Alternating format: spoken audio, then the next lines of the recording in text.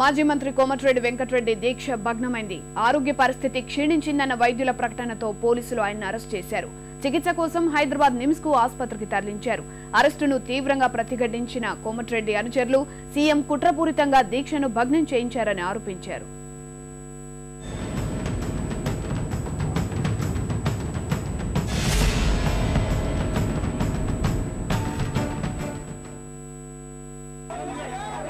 తెలంగాణపై స్పష్టమైన ప్రకటన చేయాలంటూ మాజీ మంత్రి కోమటిరెడ్డి వెంకటరెడ్డి నల్గొండలో చేపట్టిన నిరాహార దీక్షను పోలీసులు భగ్నం చేశారు.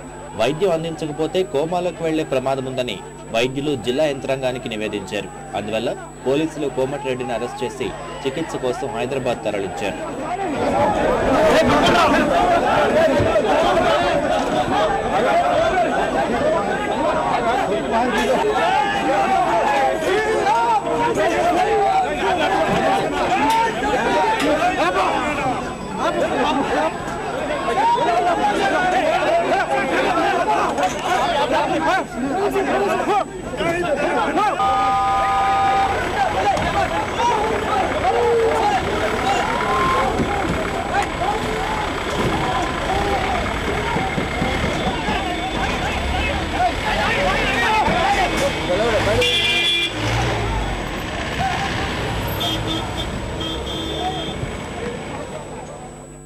ఐదు రోజులుగా దీక్ష చేయడం వల్ల కోమటిరెడ్డి శరీరంలో లవణాలు, నీటి శాతం బాగా తగ్గిపోయాయి.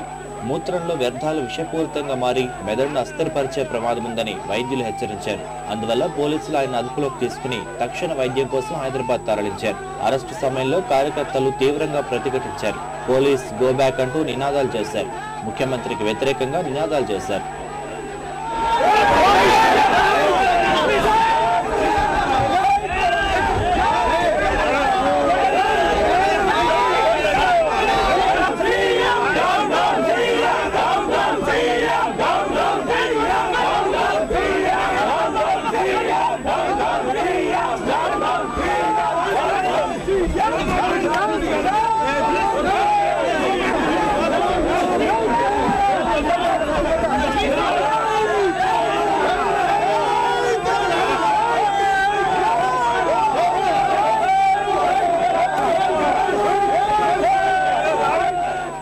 కోమటిరెడ్డి దీక్ష భగ్నం చేయడాన్ని నిరసిస్తూ ఆయన అనుచరులు గడియారం సెంటర్ వద్ద బైఠాయించారు.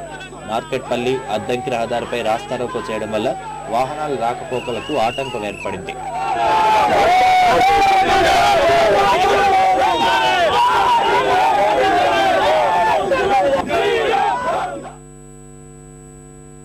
కోమటిరెడ్డి వెంకటరెడ్డి దీక్షను భగ్నం చేసి ఆయన్ను హైదరాబాద్ నిమ్స్ కు తరలించారు. ఇప్పుడు ఆ దృశ్యాలు చూద్దాం.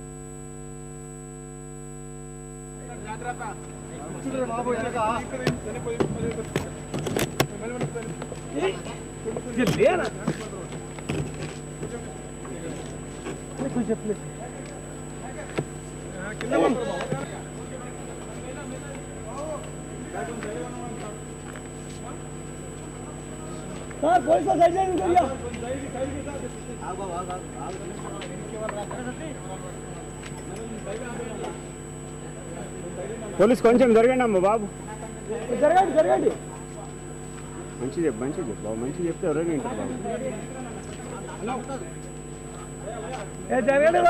Bye, thank you.